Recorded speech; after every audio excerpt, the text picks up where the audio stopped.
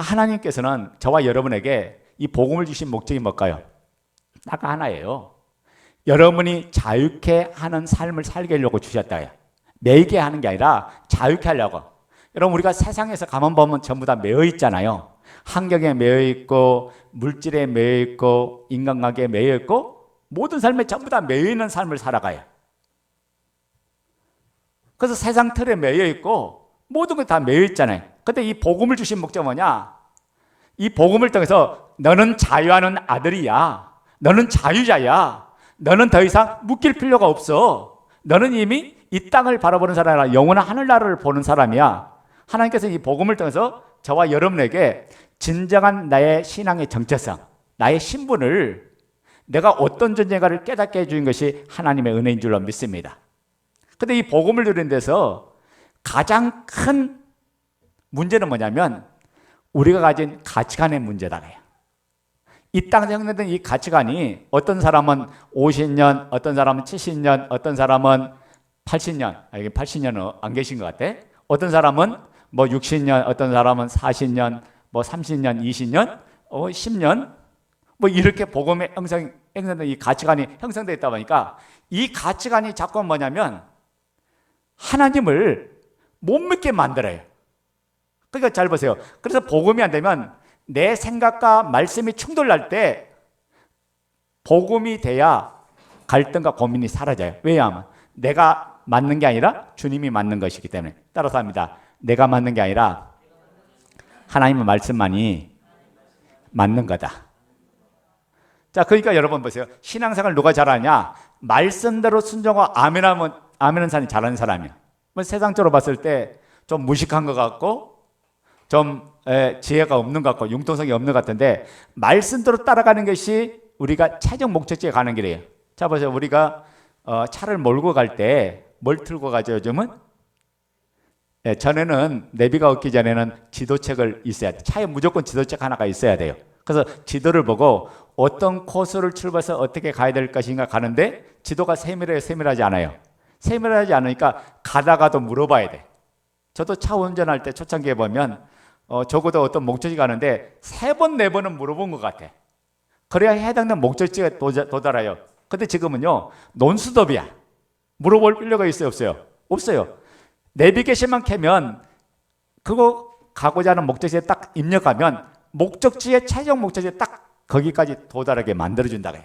마찬가지예요. 우리 인생의 내비게이션이 뭐냐? 하나님 말씀이에요. 그 말씀 앞에 아멘하고 순종해 나가면 복음의 능력을 통해서 모든 걸 자유하고 승리하는 그 모든 비결이 그 속에 담겨져 있다가 해요. 그러니까 우리가 그 말씀 앞에 아멘하고 승리하는 것은 내 모든 삶이 새롭게 변하는 시간이죠.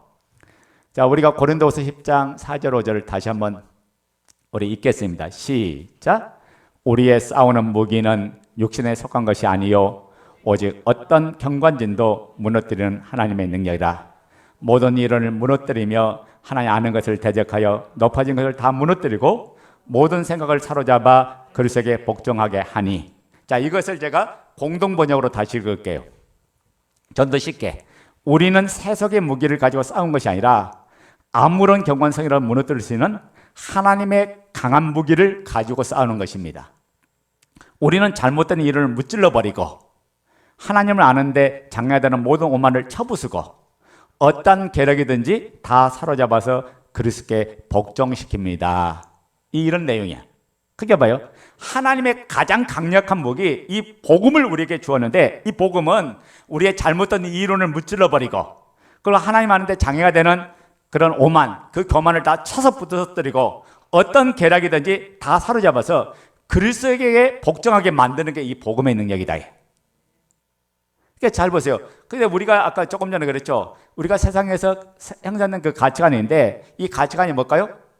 이거죠. 세상에서 배운 지식, 그 경험, 그리고 지식, 그리고 그 느낌, 감정, 기준, 이 틀, 이 생각이 세상에 형성된 가치관이잖아요.